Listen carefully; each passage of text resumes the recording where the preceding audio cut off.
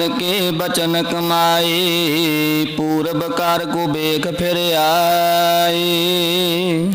भाई लद्दा जी जिन्हां ने हजूर दे बचनां दी कमाई कीती है, जिन्हां ने गुरबाणी दी बरकत नू रहमत नू माणिया के, जिन्हां दा जीवन गुरसिੱਖੀ दे दायरे दे अंदर गए ते ये दायरा जेकर कोई आखे बयान करके दसो, जिमें परमात्मा दे बारे बयान करके दसना बहुत औखा है, कर ही नहीं सकते।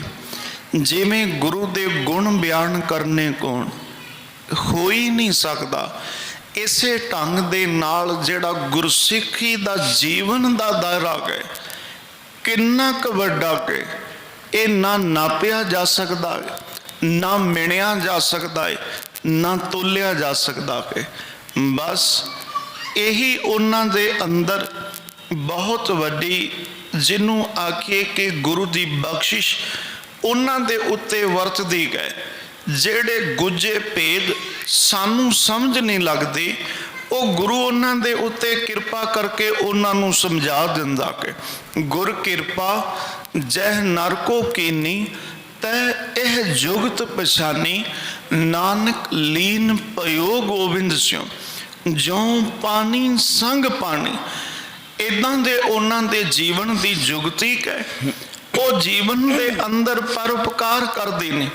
भाई लद्दा जी जिन्हां दे पास भाई सत्ता ते बलवंत ने जाके अरजोई की कि साडे दुखां दा निवारण करो, साडे दुखां नूं मुकावो, क्योंकि साडी कोई बात सुनने वाला नहीं।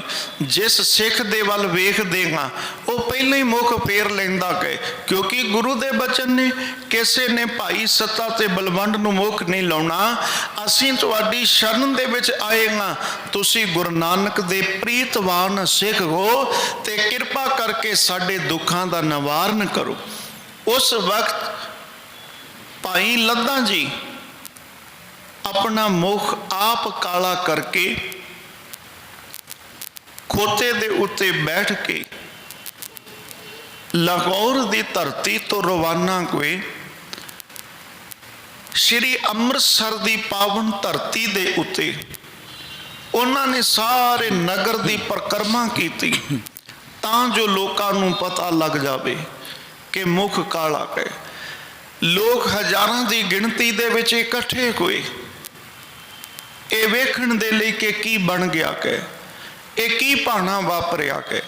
ते सतगुरु जी ने किसी नूं जाके सतगुरां जी नूं बेनती की कि दातार जी कोई सिख अपना मुख काला करके तुहाडे वल आ रहा है, खोते दे उत्ते बैठिया होया है। ते सतगुरां जी ने उत्थे बचन आखे सन, ये साडा बड़ा महान सिख भाई लद्दा है। भाई लद्दा जी गुरु अर्जन देव महाराज जी की शरण दे विच गए, हाथ जोड़ बेनती की कि महाराज मैं तुहाडे बचनां दे अनुसार का, मैं रावर के बचन कमाए पूर्व कर को पेख फिर आए। पहला तुसी बचन आखे सन कि जेड़ा मेरे कोल भाई सत्ता ते बलवंत दी भुल बख्शाउण आया ओदा मुख मैं काला करांगा। उस तो बाद तुसी बेनती कीती सी, हुक्म कीता सी कि उसनू नगर दे विच खोते दे उत्ते बिठा के फिरवाया जावेगा। मैं ये सारे काम सतगुरु जी आप जी दे हुक्मां दे मुताबक पहला कर आया हाँ जी। अर्ज करो पश्चात कृपा निद, सुनो गुरु बख्शिंद सुभाए। गुरु अर्जन देव पातशाह जी तुहाडा सुभाव बड़ा बख्शंद है, ते इस करके पहला नहीं आके बेनती की, पहला आप जी दे बचनां नूं कमाउण दा यतन कीता कि हुण आके बेनती करदा हां जी। सत्ता यार बलवंड दुख त्यात, चित को गर्भ गयो बिनसाए। सतगुरु जी जेड़े सत्ता ते बलवंड जी ने ਜਿਨ੍ਹਾਂ ਦੇ ਮਨ ਨੂੰ ਅਹੰਕਾਰ ਨੇ ਖਾ ਲਿਆ ਸੀ, ਮਾਲਕ ਬੜੇ ਦੁਖੀ ਨੇ, ਬੜੇ ਦੁਖੀ ਨੇ, ਇਤਨੇ ਦੁਖੀ ਨੇ ਕਿ ਉਹਨਾਂ ਦੇ ਦੁੱਖ ਮੈਂ ਆਪਣੀ ਜ਼ੁਬਾਨ ਦੇ ਨਾਲ ਬਿਆਨ ਕਰਕੇ ਆਪ ਜੀ ਦੇ ਸਨਮੁਖ ਰੱਖ ਨਹੀਂ ਸਕਦਾ ਜੀ। ਭਏ ਰੰਕ ਰੋਗੀ ਬਵਾ ਤਰਹੂਤ ਦੀਨ ਜਿਸ ਕਿਸ ਪੈ ਜਾਏ। ਉਹ ਰੋਗੀ ਹੋ ਗਏ ਨੇ, ਰੰਕ ਹੋ ਗਏ ਨੇ, ਕੋਈ ਮੰਗਿਆਂ ਤੇ ਵੀ ਉਹਨਾਂ ਦੀ ਝੋਲੀ ਦੇ ਵਿੱਚ ਕੋਈ ਮਾਇਆ ਨਹੀਂ ਦਿੰਦਾ, ਕੋਈ ਭੋਜਨ ਨਹੀਂ ਦਿੰਦਾ। ਇਤਨੀ ਮਾੜੀ ਹਾਲਾਤ ਉਹਨਾਂ ਦੇ ਬਣ ਗਏ ਹਨ ਜੀ। ਭੂਲ ਸਿਮਾਪਨ ਕਰੋ ਗੁਰੂ ਜੀ ਨਿਜ ਪਗ ਪੰਕਜ ਲੇਹੋ ਮਿਲਾਏ।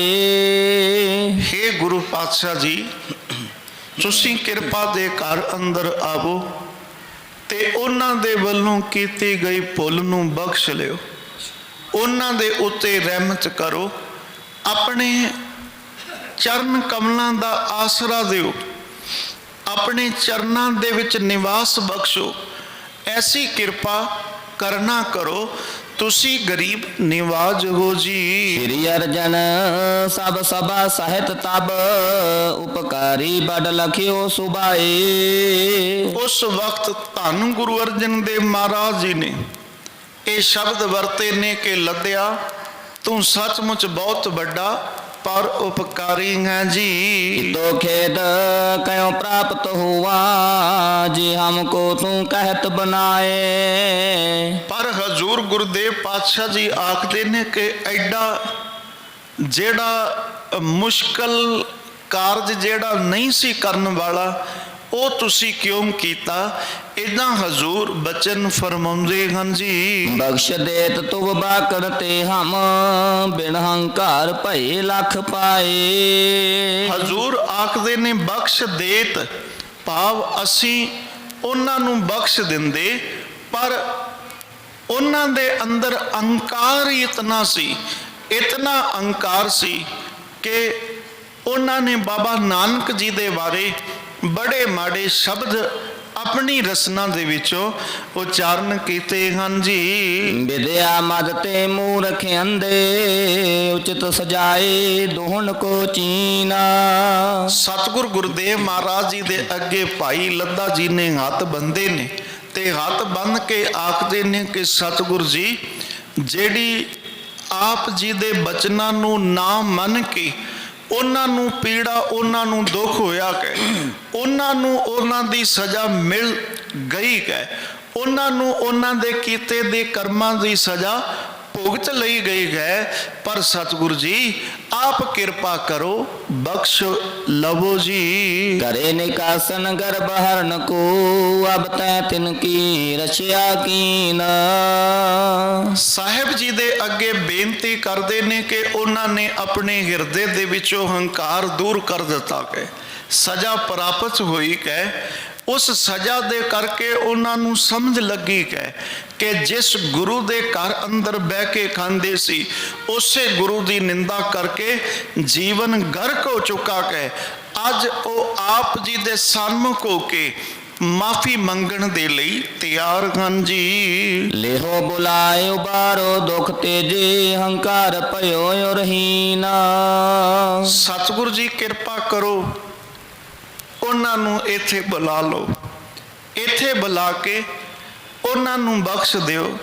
ਉਹਨਾਂ ਦਾ ਅਹੰਕਾਰ ਜਿਹੜਾ ਕਿ ਹੁਣ ਹਿਰਦੇ ਦੇ ਵਿੱਚੋਂ ਖੀਣ ਹੋ ਗਿਆ ਕਿ ਖਤਮ ਹੋ ਗਿਆ ਕਿ ਮੁੱਕ ਗਿਆ ਕਿ ਜੀ। लोह पाए कर तपते अगन की मृदता गह सो लखो परबीना।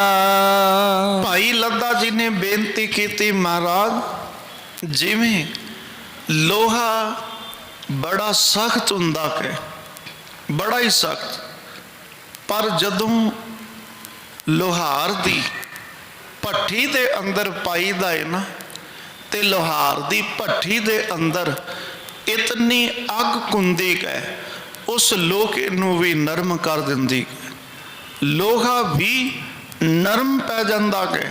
ਮੇਰੇ ਸਤਿਗੁਰੂ ਜੀ ਆਪ ਜੀ ਦੇ ਬਚਨਾਂ ਨੇ ਉਹਨਾਂ ਦੇ ਜੀਵਨ ਦੇ ਅੰਦਰ ਇਹ ਅਹਿਸਾਸ ਕਰਾ ਦਿੱਤਾ, ਗੁਰ ਬਿਨ ਘੋਰ ਅੰਧਾਰ, ਗੁਰੂ ਬਿਨ ਸਮਝ ਨਾ ਆਵੇ। ਗੁਰੂ ਤੋਂ ਬਗੈਰ ਜੀਵਨ ਦੇ ਵਿੱਚ ਹਨੇਰਾ ਕੇ, ਤੇ ਉਸ ਹਨੇਰੇ ਦੇ ਅੰਦਰ ਕੋਈ ਵੀ ਇਸ ਜਿੰਦ ਆਤਮਾ ਦੀ ਬਾਂਹ ਪਕੜਨ ਦੇ ਲਈ ਤਿਆਰ ਨਹੀਂ। ਉਹ ਆਪਣੀਆਂ ਭੁੱਲਾਂ ਬਖਸ਼ਾਉਣ ਦੇ ਲਈ ਆਪ ਜੀ ਦੇ ਚਰਨ ਕਮਲਾਂ ਦੇ ਅੰਦਰ ਪਹੁੰਚੇ ਹਨ ਜੀ। ਤਬ ਲੱਦੇ ਹਰਕਤ ਨਰ ਭੇਜਿਓ, ਸ਼੍ਰੀ ਸਤਿਗੁਰ ਟਿਗ ਲੈ ਬੁਲਾਏ। ਉਸ ਵਕਤ ਭਾਈ ਲੱਦਾ ਜੀ ਨੇ ਇਸ਼ਾਰਾ ਕੀਤਾ ਮਨੁੱਖ ਨੂੰ ਕਿ ਜਾਓ ਬੇਨਤੀ ਕਰੋ ਕਿ ਉਹਨਾਂ ਨੂੰ ਗੁਰੂ ਅਰਜਨ ਦੇਵ ਪਾਤਸ਼ਾਹ ਜੀ ਨੇ ਯਾਦ ਕੀਤਾ ਹੈ। ਭਾਈ ਲੱਦਾ ਜੀ ਤੇ ਵਾਹਿਗੁਰੂ ਜੀ, ਭਾਈ ਸੱਤਾ ਜੀ ਤੇ ਭਾਈ ਬਲਵੰਡ ਜੀ। ਭਾਈ ਲੱਦਾ ਜੀ ਨੇ ਮਨੁੱਖ ਭੇਜਿਆ ਤੇ ਇਸ਼ਾਰਾ ਕੀਤਾ ਕਿ ਜਾ ਕੇ ਭਾਈ ਸੱਤਾ ਤੇ ਬਲਵੰਡ ਨੂੰ ਗੁਰੂ ਦੀ ਹਜ਼ੂਰੀ ਵਿੱਚ ਲੈ ਕੇ ਆਵੋ, ਤਾਂ ਜੋ ਉਹਨਾਂ ਦੀਆਂ ਭੁੱਲਾਂ ਬਖਸ਼ਾ ਸਕੀਏ ਜੀ। ਗੁਰ ਅੰਚਰ ਕਰ ਜੋਰ ਦੀਨ ਕਹਿ, ਸ਼ਰਨ ਸ਼ਰਨ ਰਾਖੋ ਸੁਖ ਦਾਏ। ਹੁਣ ਗੁਰੂ ਦੇ ਚਰਨਾਂ ਦੇ ਵਿੱਚ ਆ ਕੇ ਡਿੱਗ ਪਏ ਨੇ, ਗੁਰੂ ਦੇ ਚਰਨ ਪਕੜੇ ਨੇ, ਤੇ ਚਰਨ ਪਕੜ ਕੇ ਆਖਦੇ ਨੇ ਕਿ ਅਸੀਂ ਤੁਹਾਡੀ ਸ਼ਰਨ ਦੇ ਵਿੱਚ ਨਾ, ਅਸੀਂ ਤੁਹਾਡੀ ਸ਼ਰਨ ਆਏਗਾ ਜੀ। ਪਰੇ ਅਗਾਰੀ ਗਏ ਪਗ ਪੰਕਜ, ਦ੍ਰਿਗ ਤੇ ਨਿਕਰਤ ਜਲ ਕਗਿਆਏ।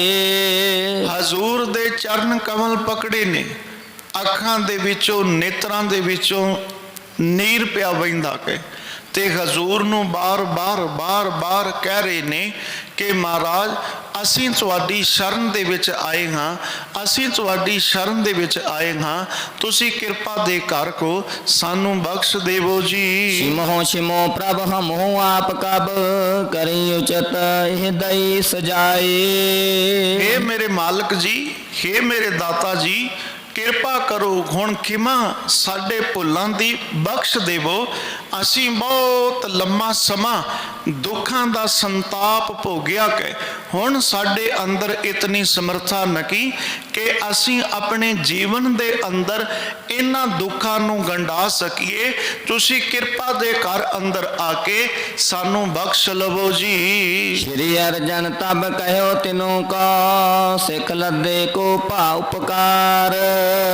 ਸਤਿਗੁਰੂ ਜੀ ਨੇ ਆਪਣੀ ਅੰਮ੍ਰਿਤਮਈ ਰਸਨਾ ਦੇ ਵਿੱਚ ਉਹ ਬਚਨ ਆਖੇ ਨੇ, ਉਹ ਬਚਨ ਕੀ ਨੇ?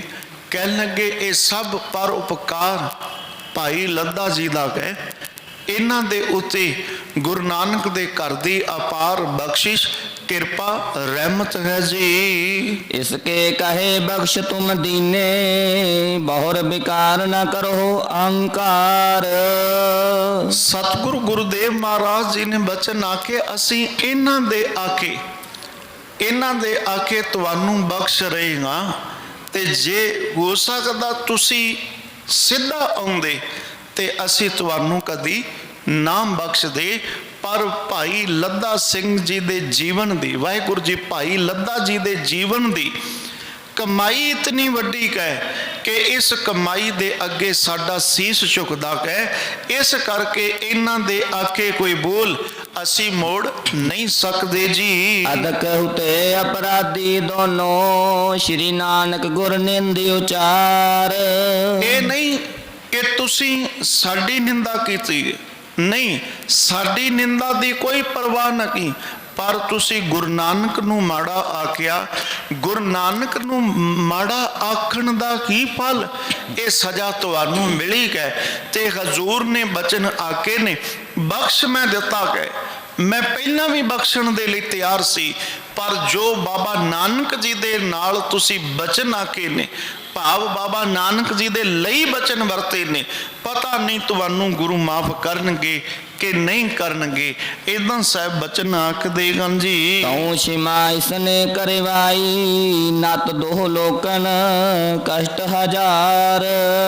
ਸਾਹਿਬ ਜੀ ਨੇ ਆਖਿਆ, ਕਹਿਣ ਲੱਗੇ ਭਲਾ ਜਾਣੋ ਇਹਦਾ, ਜਿਨੇ ਤੁਹਾਡੇ ਕਰਕੇ ਮੁਖ ਕਾਲਾ ਕਰਕੇ ਆਪਣਾ ਖੋਤੇ ਦੇ ਉੱਤੇ ਬੈਠ ਕੇ ਸਾਰੇ ਨਗਰ ਦੇ ਅੰਦਰ ਫਿਰਿਆ ਕੇ ਨਹੀਂ ਜੇ ਕਿਤੇ ਭਾਈ ਲੱਦਾ ਜੀ ਦੇ ਕੋਲ ਨਾ ਜਾਂਦੇ ਤੇ ਤੁਹਾਨੂੰ ਦੋਨਾਂ ਲੋਕਾਂ ਦੇ ਅੰਦਰ, ਇਸ ਲੋਕ ਦੇ ਅੰਦਰ ਵੀ ਤੇ ਪਰਮਾਤਮਾ ਦੇ ਘਰ ਅੰਦਰ ਵੀ ਥਾਂ ਪ੍ਰਾਪਤ ਨਹੀਂ ਸੀ ਹੋਣੀ ਜੀ। ਪੁਨ ਲੱਦੇ ਬਹੁ ਬਿਨਤੀ ਕੀਨਸ ਤਨ ਅਰੋਗ ਇਨਕੇ ਕਰ ਦੇਹੋ। ਸਤਿਗੁਰ ਗੁਰਦੇਵ ਮਹਾਰਾਜ ਜੀ ਦੇ ਅੱਗੇ ਭਾਈ ਲੱਦਾ ਜੀ ਨੇ ਬੇਨਤੀ ਕੀਤੀ, ਕਹਿਣ ਲੱਗੇ ਹਜ਼ੂਰ ਕਿਰਪਾ ਦੇ ਘਰ ਅੰਦਰ ਆਓ। ਜਿਵੇਂ ਇਹਨਾਂ ਦੇ ਗੁਨਾਹ ਬਖਸ਼ੇ ਨੇ, ਔਗਣ ਬਖਸ਼ ਦਿੱਤੇ ਨੇ, ਤੇ ਜੋ ਤਨ ਦੇ ਉੱਤੇ ਇਹਨਾਂ ਦੇ ਰੋਗ ਨੇ, ਉਹਨਾਂ ਰੋਗਾਂ ਨੂੰ ਵੀ ਤੁਸੀਂ ਦੂਰ ਕਰ ਦਿਓ, ਉਹਨਾਂ ਰੋਗਾਂ ਨੂੰ ਵੀ ਮੁਕਾ ਦਿਓ। ਭਾਈ ਲੱਦਾ ਜੀ ਨੇ ਇੰਜ ਬੇਨਤੀ ਕੀਤੀ, ਪੁਨ ਲੱਦੇ ਬੋ ਬੇਨਤੀ ਕੀਨਸ ਤਨ ਅਰੋਗ ਇਨਕੇ ਕਰ ਦੇਖੋ। ਰੋਗ ਦੇ ਅਰਥ ਨੇ ਰੋਗੀ, ਅਰੋਗ ਦੇ ਅਰਥ ਨੇ ਰੋਗ ਤੋਂ ਬਿਨਾ। ਬੇਨਤੀ ਕੀਤੀ ਮਹਾਰਾਜ ਜੇ ਇਤਨੀ ਵੱਡੀ ਕਿਰਪਾ, ਇਤਨੀ ਵੱਡੀ ਬਖਸ਼ਿਸ਼ ਕੀਤੀ ਕਿ ਇਹਨਾਂ ਟੁੱਟਿਆਂ ਨੂੰ ਮੁੜ ਗੱਲ ਨਾ ਲਾਇਆ ਕਿ ਤੇ ਇੱਕ ਕਿਰਪਾ ਰਹਿਮਤ ਹੋਰ ਕਰ ਦਿਓ। ਉਹ ਰਹਿਮਤ ਕੀ ਹੈ? ਇਹਨਾਂ ਦਾ ਤਨ ਦਾ ਜਿਹੜਾ ਰੋਗ ਹੈ ਉਹ ਰੋਗ ਵੀ ਦੂਰ ਕਰ ਦੇਵੋ ਜੀ। ਗਾਵਨ ਉਚਿਤ ਸਭਾ ਮੈਂ ਤਬ ਹੋਈ ਪੂਰਬ ਸੰਸਰ ਜਬੇ ਬਨੇ ਹੋ। ਸਤਿਗੁਰੂ ਜੀ ਨੇ ਆਖਿਆ ਕਿ ਉਦੋਂ ਹੀ, ਵਾਹਿਗੁਰੂ ਜੀ ਭਾਈ ਲੱਦਾ ਸਿੰਘ ਨੇ ਆਖਿਆ ਕਿ ਉਦੋਂ ਹੀ ਇਹਨਾਂ ਦਾ ਗਾਣਾ ਉਚਿਤ ਹੋਵੇਗਾ ਜਦੋਂ ਤਨ ਦੇ ਵਿੱਚੋਂ ਰੋਗ ਮੁੱਕ ਜਾਣਗੇ। ਭਾਵ ਗੁਰੂ ਨਾਨਕ ਦੇ ਘਰ ਦੇ ਰਾਗੀ ਕੌਣ? ਤਨ ਦੇ ਉੱਤੇ ਰੋਗ ਲੱਗਾ ਹੋਵੇ, ਕਿਵੇਂ ਸਭਾ ਦੇ ਵਿੱਚ ਆ ਕੇ ਵਡਿਆਈ ਕਰਨਗੇ, ਕਿਵੇਂ ਬੈਠ ਕੇ ਕੀਰਤਨ ਕਰਨਗੇ?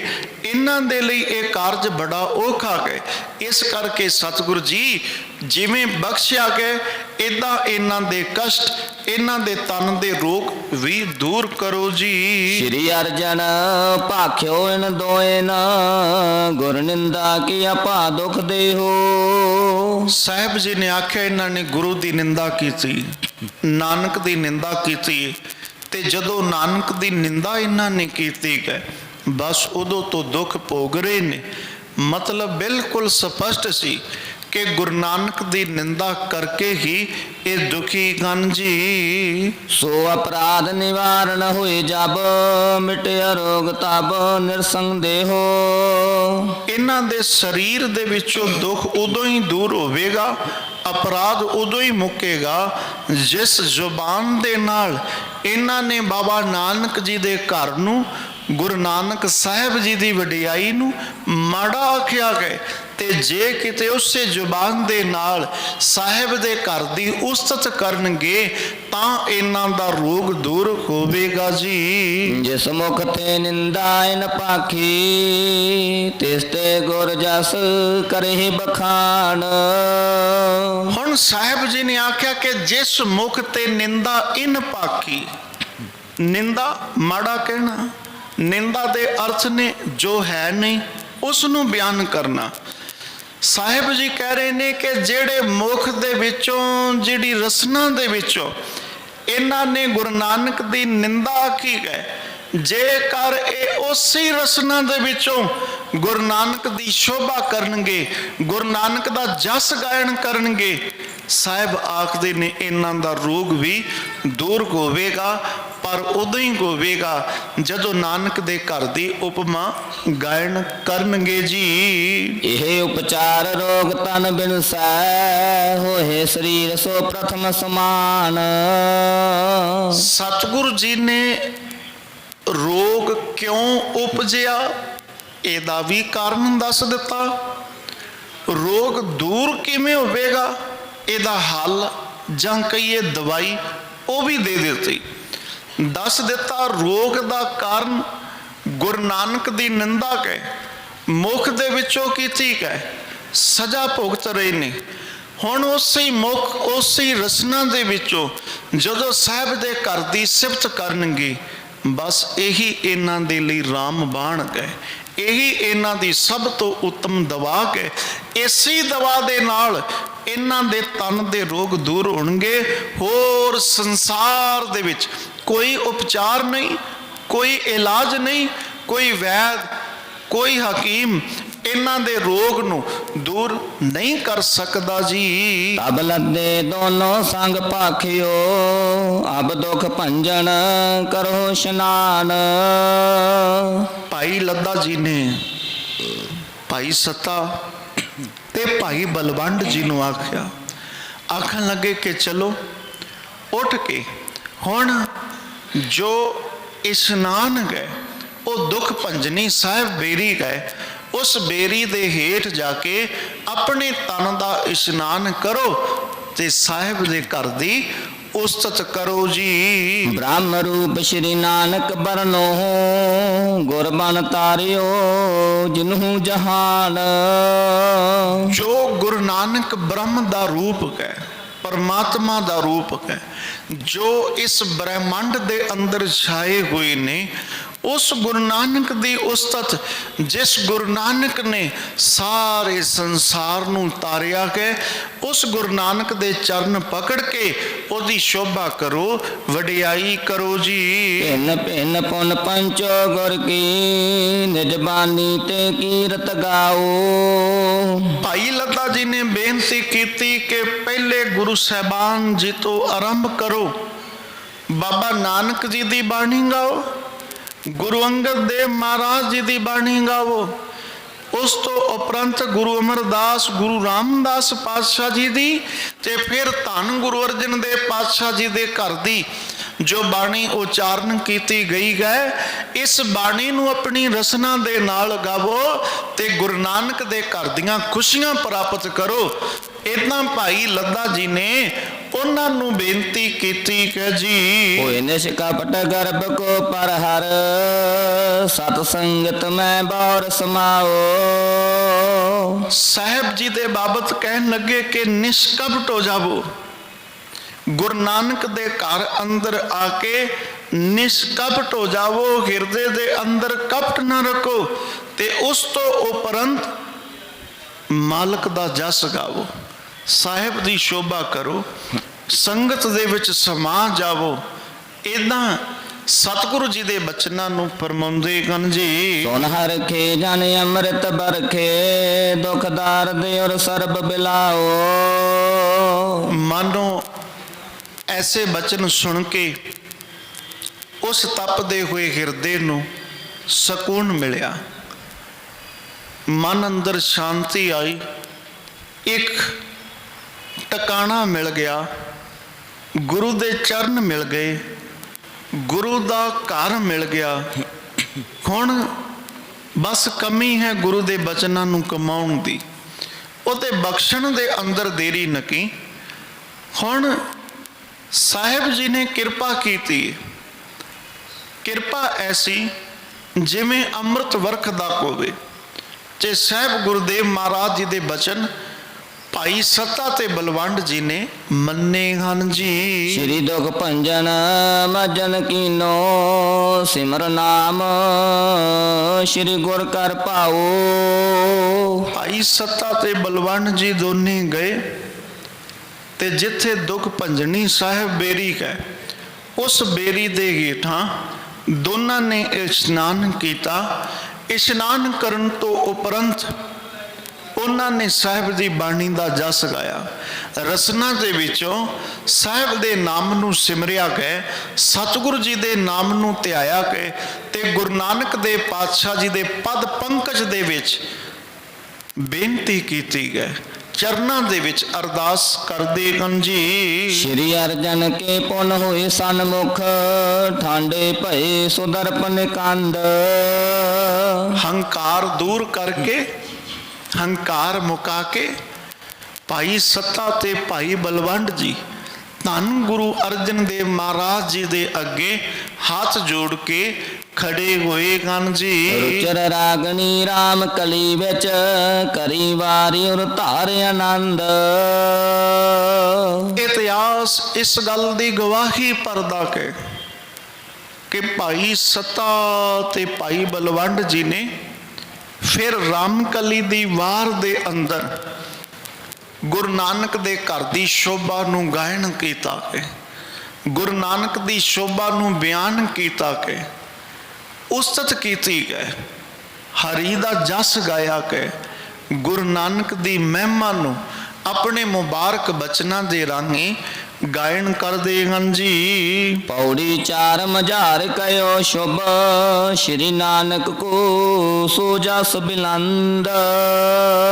ਬਾਬਾ ਨਾਨਕ ਜੀ ਦੀਆਂ 4 ਸ੍ਰਿਸ਼ਟ ਪੌੜੀਆਂ ਗਾਇਨ ਕੀਤੀਆਂ, ਜਿਨ੍ਹਾਂ ਪੌੜੀਆਂ ਦੇ ਅੰਦਰ ਮੇਰੇ ਸਾਹਿਬ ਦੀ ਜਗਤ ਗੁਰੂ ਬਾਬਾ ਨਾਨਕ ਦੀ ਉਸਤਤ ਹੈ, ਵਡਿਆਈ ਕੀਤੀ ਹੈ ਜੀ। ਉਤੀ ਜਥਾ ਮਤ ਤਥਾ ਕਥਿਓ ਤਬ, ਹੋਨ ਕਿਰਤਾਰਥ ਸਵਾਰਥ ਵੰਦ।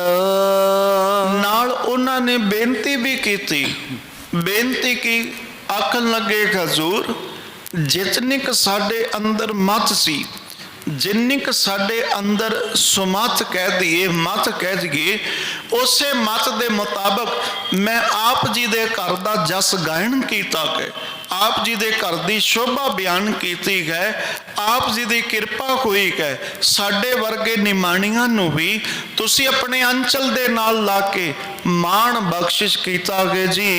ਇੱਕ ਇੱਕ ਪੌੜੀ ਚਤਰ ਗੁਰੂ ਕੀ, ਸੁੰਦਰ ਕੀਰਤ ਕਹੀ ਬਣਾਏ। ਇੱਕ ਇੱਕ ਪੌੜੀ ਬਾਕੀ 4 ਗੁਰੂ ਸਾਹਿਬਾਨਾਂ ਦੀ, ਉਹਨਾਂ ਨੇ ਸਾਹਿਬ ਗੁਰੂ ਨਾਨਕ ਦੇਵ ਪਾਤਸ਼ਾਹ ਜੀ ਦੀ ਵੀ ਤੇ ਬਾਕੀ ਗੁਰੂ ਸਾਹਿਬਾਨਾਂ ਦੀ ਉਸ ਵਾਰ ਦੇ ਅੰਦਰ ਉਸਤਤ ਕੀਤੀ, ਵਡਿਆਈ ਕੀਤੀ ਹੈ ਜੀ। ਸ਼੍ਰੀ ਅਰਜਨ ਪ੍ਰਤਾਖ ਅਗਰ ਤਿਤ, ਹਾਥ ਜੋਰ ਸਭ ਦਈ ਸੁਨਾਏ। ਧੰਨ ਗੁਰੂ ਅਰਜਨ ਦੇਵ ਮਹਾਰਾਜ ਜੀ ਦੇ ਸਨਮੁਖ ਖੜੇ ਹੋ ਕੇ ਹੱਥ ਜੋੜ ਕੇ ਉਹਨਾਂ ਨੇ ਗੁਰੂ ਨਾਨਕ ਦੀ ਮਹਿਮਾ ਨੂੰ, ਗੁਰੂ ਨਾਨਕ ਦੀ ਸ਼ੋਭਾ ਨੂੰ ਆਪਣੀ ਰਸਨਾ ਦੇ ਵਿੱਚੋਂ ਬਿਆਨ ਕੀਤਾ।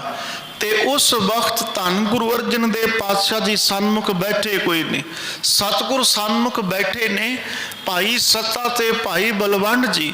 ਇਹਨਾਂ ਦੋਨਾਂ ਨੇ ਗੁਰੂ ਨਾਨਕ ਦੇ ਘਰ ਦੀ ਤੇ ਗੁਰੂ ਨਾਨਕ ਤੋਂ ਲੈ ਕੇ ਧੰਨ ਗੁਰੂ ਅਰਜਨ ਦੇਵ ਪਾਤਸ਼ਾਹ ਜੀ ਦੇ ਤੱਕ ਦੀ ਸ਼ੋਭਾ ਨੂੰ ਗਾਇਨ ਕੀਤਾ ਹੈ ਜੀ। ਭਏ ਪ੍ਰਸੰਨ ਵਾਰ ਕੋ ਸੁਨ ਕੈ, ਤਬ ਸ਼੍ਰੀ ਗ੍ਰੰਥ ਵਿਖੇ ਲਿਖਵਾਏ। ਮੇਰੇ ਸਤਿਗੁਰ ਜੀ ਬੜੇ ਪ੍ਰਸੰਨ ਹੋਏ, ਬੜਾ ਆਨੰਦ ਮਿਲਿਆ, ਬੜਾ ਰਸ ਮਿਲਿਆ। ਮੇਰੇ ਮਾਲਕ ਗੁਰਦੇਵ ਮਹਾਰਾਜ ਜੀ ਨੇ ਜਦੋਂ ਅੰਦਰ ਦੀ ਭਾਵਨਾ ਵੇਖੀ, ਅੰਦਰ ਦੀ ਸ਼ਰਧਾ ਵੇਖੀ, ਅੰਦਰ ਦਾ ਡੁੱਲਦਾ ਹੋਇਆ ਪਿਆਰ ਵੇਖਿਆ, ਮੇਰੇ ਸੱਚੇ ਸਤਿਗੁਰੂ ਜੀ ਨੇ ਭਾਈ ਸੱਤਾ ਤੇ ਭਾਈ ਬਲਵੰਡ ਜੀ ਦੀ ਬਾਣੀ ਗੁਰੂ ਗ੍ਰੰਥ ਸਾਹਿਬ ਮਹਾਰਾਜ ਜੀ ਦੇ ਵਿੱਚ ਅੰਕਿਤ ਕਰਵਾਈ, ਉਸ ਥਾਂ ਦੇ ਉੱਤੇ ਲਿਖਵਾ ਦਿੱਤੀ। ਇਤਨੀ ਵੱਡੀ ਮੇਰੇ ਸਾਹਿਬ ਜੀ ਦੀ ਰਹਿਮਤ ਹੋਈ, ਇਤਨੀ ਵੱਡੀ ਕਿਰਪਾ। ਨਿਰਗੁਣ ਰਾਖ ਲਿਆ ਸੰਤਨ ਕੈ ਸਦਕਾ, ਸਤਿਗੁਰ ਢਾਕ ਲਿਆ ਮੋਹਿ ਪਾਪੀ ਪੜਦਾ ਢਾਕਣ ਹਾਰੇ। ਪ੍ਰਭੂ ਹਮਾਰੇ ਜੀ ਪ੍ਰਾਣ ਸੁਖ ਦਾਤੇ। ਇਹ ਜੀ ਦੇ ਸਰੀਰ ਦੇ ਤੇ ਆਤਮਾ ਦੇ ਸੁੱਖਾਂ ਨੂੰ ਦੇਣ ਵਾਲੇ ਦਾਤੇ ਨੇ। ਇਹ ਗੁਰੂ ਨਾਨਕ ਦਾ ਘਰ ਹੈ ਹੀ ਦਾਤਿਆਂ ਦਾ ਘਰ। ਤੇ ਸਾਹਿਬ ਗੁਰਦੇਵ ਪਾਤਸ਼ਾਹ ਜੀ ਦੀ ਉਸਤਤ ਕੀਤੀ ਤੇ ਭਾਈ ਸੱਤਾ ਤੇ ਭਾਈ ਬਲਵੰਡ ਜੀ ਨੇ ਇਹ ਕਬੂਲ ਕੀਤਾ, ਮਹਾਰਾਜ ਸੱਚਮੁੱਚ ਜੇ ਇਸ ਸੰਸਾਰ ਦੇ ਅੰਦਰ ਤੇਰੇ ਸਿੱਖ ਪਰਉਪਕਾਰ ਨਾ ਕਰਦੇ ਤੇ ਹੋ ਸਕਦਾ ਸੀ ਕਿ ਤੇਰਾ ਨਾਮਣਾ, ਤੇਰਾ ਜਸ, ਤੇਰੀ ਵਡਿਆਈ ਨੂੰ ਕੋਈ ਜਾਣਦਾ ਨਾ। ਇਹ ਸਿੱਖਾਂ ਦਾ ਕਰਮ ਕਹਿ ਗੁਰੂ ਨਾਨਕ ਦੀ ਸ਼ੋਭਾ ਨੂੰ ਘਰ ਘਰ ਤੱਕ ਲੈ ਕੇ ਜਾਣਾ। ਇਹ ਸਿੱਖ ਦਾ ਕੀ ਕਰਮ ਕਹਿ ਕਿਸੇ ਦੇ ਔਗਣਾਂ ਨੂੰ ਦੇਖ ਕੇ ਵੀ ਉਹਨੂੰ ਬਖਸ਼ ਦੇਣਾ। ਸਾਹਿਬ ਗੁਰਦੇਵ ਮਹਾਰਾਜ ਜੀ ਨੂੰ ਬੇਨਤੀ ਕੀਤੀ, ਮਾਲਕ ਇਹ ਤੇਰੀ ਕਿਰਪਾ ਕੇ ਸਾਡੇ ਔਗਣਾਂ ਦੇ ਨਾਲ ਭਰੀਆਂ ਹੋਈਆਂ ਨੂੰ ਵੀ ਤੂੰ ਨਿਵਾਜਿਆ ਕਹਿ, ਤੂੰ ਗਰੀਬ ਨਿਵਾਜ ਕਹਿ, ਤੂੰ ਬਖਸ਼ੰਦ ਕਹਿ, ਦਇਆ ਦਾ ਸਾਗਰ ਕਹਿ, ਰਹਿਮਤਾਂ ਦਾ ਖਜ਼ਾਨਾ ਕਹਿ। ਆਪ ਸਾਹਿਬ ਜੀ ਸਦਾ ਕੀ ਇਸੇ ਢੰਗ ਦੇ ਨਾਲ ਆਪਣੇ ਦਾਸਾਂ ਨੂੰ ਬਖਸ਼ਦੇ ਆਏ ਹੋ ਜੀ। ਰੋਗ ਸ਼ੀਨ ਪਾਤਨ ਨਵੀਨ ਸ਼ੁਭ, ਲੋਕ ਬਿਲੋਕ ਰਹੇ ਬਿਸਮਾਏ। ਸਾਹਿਬ ਦੀ ਉਸਤਤ ਕਰਨ ਦੀ ਦੇਰ ਸੀ। ਉਸਤਤ ਮਨ ਮੈਂ ਕਰ ਨਿਰੰਕਾਰ, ਕਰ ਮਨ ਮੇਰੇ ਸਦ ਵਿਵਹਾਰ। ਉਸਤਤ ਕਰਨ ਦੀ ਦੇਰ ਸੀ। ਕਵੀ ਰਾਜ ਸੰਤੋਖ ਸਿੰਘ ਜੀ ਲਿਖਦੇ ਨੇ ਕਿ ਬਸ ਉਸੇ ਵਕਤ ਤਨ ਦੇ ਜਿਹੜੇ ਰੋਗ ਨੇ ਉਹ ਸਾਰੇ ਦੇ ਸਾਰੇ ਰੋਗ ਦੂਰ ਹੋ ਗਏ ਹਨ ਜੀ। ਪਠੇ ਸੁਣੇ ਜੋ ਵਾਰ ਪ੍ਰੇਮ ਕਰ ਤਨ ਕੇ ਰੋਜ ਤਿਸ ਕੇ ਹੋਏ ਹਾਨ। ਗੁਰੂ ਅਰਜਨ ਦੇਵ ਮਹਾਰਾਜ ਜੀ ਨੇ ਬੇਨਤੀ ਕੀਤੀ, ਆਖਣ ਲੱਗੇ ਇਸ ਵਾਰ ਨੂੰ ਜੋ ਮਨ ਕਰਕੇ ਪੜੇਗਾ ਉਹਦੇ ਅੰਦਰ ਦੇ ਦੁੱਖ ਦਰਿਦਰ ਜਿਹੜੇ ਨੇ ਉਹ ਦੂਰ ਹੋ ਜਾਣਗੇ, ਉਹਦਾ ਆਲਸ ਮੁੱਕ ਜਾਵੇਗਾ। ਇਦਾਂ ਹਜ਼ੂਰ ਨੇ ਸਮੂਹ ਸਾਧ ਸੰਗਤ ਦੇ ਅੰਦਰ ਬੇਨਤੀ ਕੀਤੀ ਹੈ ਜੀ। ਨਿਤ ਪ੍ਰਤ ਨੇਮ ਕਰੇ ਮੁਖ ਉਚਰੈ ਗੁਰ ਕੀ ਸ਼ਰਧਾ ਵਧੇ ਮਹਾਨ। ਨਿਤ ਪ੍ਰਤੀ ਬਾਣੀ ਪੜਨ ਦੇ ਨਾਲ ਮੁਖ ਉਜਲ ਹੁੰਦਾ ਹੈ ਤੇ ਗੁਰੂ ਨਾਨਕ ਦੇ ਚਰਨਾਂ ਦੇ ਅੰਦਰ ਸ਼ਰਧਾ ਵਰਦੀ ਹੈ, ਭਰੋਸਾ ਵੱਧਦਾ ਹੈ, ਇਤਬਾਰ ਵੱਧਦਾ ਹੈ। ਤੇ ਜਿਤਨਾ ਇਤਬਾਰ ਭਰੋਸਾ ਅਕੀਦਾ ਹੋਵੇਗਾ ਉਤਨਾ ਬੰਦਾ ਦ੍ਰਿੜ ਹੋ ਜਾਵੇਗਾ, ਉਤਨਾ ਬੰਦਾ ਡੋਲਣ ਤੋਂ ਰਹਿਤ ਹੋਵੇਗਾ। ਉਹ ਮਨੁੱਖ ਡੋਲਦਾ ਹੈ ਜਿਸ ਮਨੁੱਖ ਦੇ ਅੰਦਰ ਸ਼ਰਧਾ ਦੀ, ਅਕੀਦੇ ਦੀ, ਵਿਸ਼ਵਾਸ ਦੀ ਕਮੀ ਹੈ। ਉਹ ਬੰਦਾ ਡੋਲਦਾ ਹੈ। ਜਿਹਦੇ ਅੰਦਰ ਵਿਸ਼ਵਾਸ ਦੀ ਕਮੀ ਨਹੀਂ ਉਹ ਬੰਦਾ ਕਦੀ ਨਹੀਂ ਡੋਲਦਾ। ਵਿਸ਼ਵਾਸ ਦੋ ਹੀ ਧਿਰਾਂ ਨੇ, ਜਾਂ ਤੇ ਮਨੁੱਖ ਕਿਸੇ ਨੂੰ ਆਪਣੀ ਵਾਗ ਡੋਰ ਫੜਾਵੇ ਨਾ, ਸਿੱਧਾ ਆਖੇ ਜੀ ਮੈਂ ਰੱਬ ਨੂੰ ਨਹੀਂ ਮੰਨਦਾ, ਅਹੰਗ ਮਮ ਬ੍ਰਾਹਮਣੇ, ਮੈਂ ਹੀ ਰੱਬ ਆ, ਬਸ ਉਸ ਬੰਦੇ ਦੇ ਅੰਦਰ ਇਤਨੀ ਪਾਵਰ ਹੁੰਦੀ ਹੈ ਉਹ ਕੋਈ ਵੀ ਕਾਰਜ ਕਰ ਸਕਦਾ ਹੈ। ਜਾਂ ਜਿਹਦੇ ਉੱਤੇ ਬੰਦਾ ਭਰੋਸਾ ਕਰਦਾ ਹੈ ਇਤਨਾ ਯਕੀਨ ਉਹਦੇ ਉੱਤੇ ਕਰੇ ਕਿ ਜੋ ਵੀ ਕਰੇਗਾ ਉਹ ਸਾਥੀ ਹੋਵੇਗਾ, ਉਹ ਚੰਗਾ ਹੀ ਹੋਵੇਗਾ। ਬਸ ਆਮ ਮਨੁੱਖ ਉਹਦੇ ਵਿੱਚ ਇਹੀ ਦੁਵਿਧਾ ਰਹਿੰਦੀ ਹੈ, ਇਹੀ ਦੁਵਿਧਾ। ਉਹ ਕਦੀ ਰੱਬ ਵਾਲੇ ਪਾਸੇ ਚਲੇ ਜਾਂਦਾ ਹੈ, ਕਦੀ ਆਪਣੇ ਵਾਲੇ ਪਾਸੇ ਆ ਜਾਂਦਾ ਹੈ। ਤੇ ਜਦੋਂ ਬੰਦਾ ਦੋ ਬੇੜੀਆਂ ਦੇ ਉੱਤੇ ਪੈਰ ਰੱਖਦਾ ਹੈ ਨਾ ਉਹ ਕਦੀ ਨਹੀਂ ਜੇ ਤਰਦਾ। ਜਿਹਦੀ ਬੰਦੇ ਦੀ ਸੋਚ ਦੇ ਅੰਦਰ ਦੁਵਿਧਾ ਆ ਜਾਂਦੀ ਹੈ, ਮੇਰੇ ਹਜ਼ੂਰ ਨੇ ਬਾਣੀ ਵਿੱਚ ਬਿਲਕੁਲ ਸਪਸ਼ਟ ਲਿਖਿਆ ਹੈ। ਹਜ਼ੂਰ ਆਖਦੇ ਨੇ ਦੁਵਿਧਾ ਨਾ ਪੜੋ, ਹਰ ਬਿਨ ਹੋਰ ਨਾ ਪੂਜੋ, ਮੜੇ ਮਸਾਨ ਨਾ ਜਾਈ। ਹਰੀ ਤੋਂ ਬਗੈਰ, ਵਾਹਿਗੁਰੂ ਤੋਂ ਬਗੈਰ ਕਿਸੇ ਨੂੰ ਨਹੀਂ ਪੂਜਣਾ, ਕਿਸੇ ਦੇ ਅੱਗੇ ਸਜਦਾ ਨਹੀਂ ਕਰਨਾ, ਬਸ ਇੱਕ ਹਰੀ ਨੂੰ ਮੰਨਣਾ ਹੈ ਵਾਹਿਗੁਰੂ ਜੋ ਸਰਬ ਕਲਾ ਸਮਰੱਥ ਹੈ। ਹਰੀ ਕੌਣ ਹੈ? ਪਰਮਾਤਮਾ ਕੌਣ ਹੈ? ਹਰੀ ਪਾਵਰ ਹੈ। ਹਰੀ ਪਰਮਾਤਮਾ ਅਕਾਲ ਪੁਰਖ ਇੱਕ ਪਾਵਰ ਹੈ, ਬਸ ਉਸ ਨੂੰ ਮੰਨਣਾ ਹੈ ਜਿਹਦਾ ਕੀਤਾ ਸਾਰਾ ਸੰਸਾਰ ਦੇ ਵਿੱਚ ਹੋ ਰਿਹਾ ਹੈ, ਜਿਹਦੇ ਹੁਕਮ ਦੇ ਅੰਦਰ ਇਤਨੀ ਤਾਕਤ ਹੈ ਕਿ ਉਹ ਇੱਕੋ ਖਿਣ ਅੰਦਰ ਨਸ਼ਟ ਕਰ ਸਕਦਾ ਹੈ, ਇੱਕੋ ਖਿਣ ਅੰਦਰ ਸਾਜ ਤੇ ਸਵਾਰ ਸਕਦਾ ਹੈ।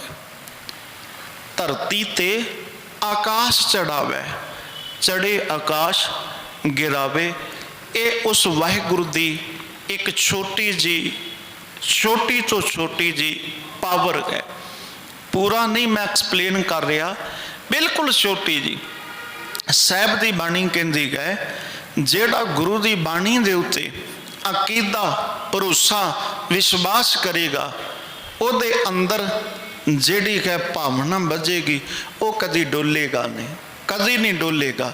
ਇਤਿਹਾਸ ਇਸ ਗੱਲ ਦਾ ਗਵਾਹ ਹੈ, ਜਿਨ੍ਹਾਂ ਜਿਨ੍ਹਾਂ ਗੁਰਸਿੱਖਾਂ ਨੇ ਹਜ਼ੂਰ ਦੇ ਚਰਨਾਂ ਦੇ ਵਿੱਚ ਆਪਣੀ ਸ਼ਰਧਾ ਰੱਖੀ ਹੈ, ਭਾਵੇਂ ਉਸ ਥਾਂ ਦੇ ਉੱਤੇ ਆਰੇ ਆਏ, ਉਬਲਦੀਆਂ ਦੇਗਾਂ ਆਈਆਂ, ਤਨ ਚਿਰਵਾਏ ਵੀ ਗਏ, ਆਰੀਆਂ ਨਾਲ ਕਟਾਏ ਵੀ ਗਏ, ਪਰ ਉਹਨਾਂ ਨੇ ਸਿੱਖੀ ਸਿਦਕ ਨਹੀਂ ਹਾਰਿਆ, ਸਿਦਕ ਨਹੀਂ ਹਾਰਿਆ।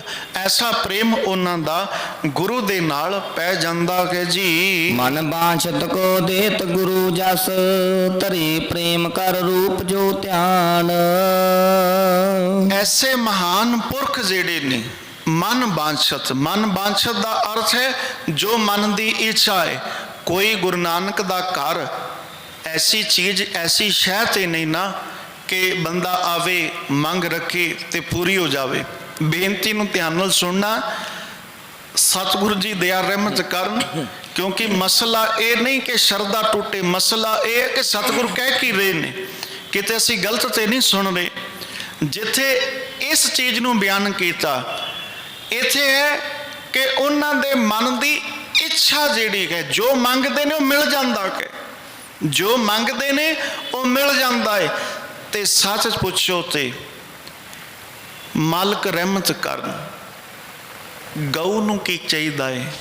ਘਾਹ। ਤੇ ਜੇ ਗਊ ਨੂੰ ਆਖੋ ਤੂੰ ਸੋਨਾ ਲੈ ਲੈ, ਨਹੀਂ ਸਰੇਗਾ। ਮੱਛੀ ਨੂੰ ਕੀ ਚਾਹੀਦਾ ਹੈ? ਪਾਣੀ ਚਾਹੀਦਾ ਹੈ।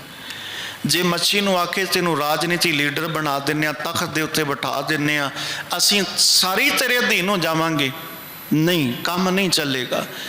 ਜੇ ਇੱਕ ਸ਼ਰਾਬੀ ਨੂੰ ਆਖੀਏ ਕਿ ਤੂੰ ਸ਼ਰਾਬ ਛੱਡ ਕੇ ਹੋਰ ਜਿਹੜੀ ਮਰਜ਼ੀ ਚੀਜ਼ ਮੰਗ ਲੈ, ਉਹ ਕਹਿੰਦਾ ਸ਼ਰਾਬ ਦੇ ਵਿੱਚ ਤੇ ਮੇਰੇ ਪ੍ਰਾਣ ਵਸਦੇ ਨੇ। ਹੁਣ ਤੁਸੀਂ ਆਖਦੇ ਕਿ ਪ੍ਰਾਣਾਂ ਨੂੰ ਛੱਡ ਕੇ ਕੋਈ ਹੋਰ ਚੀਜ਼ ਮੰਗ ਲੈ, ਨਹੀਂ।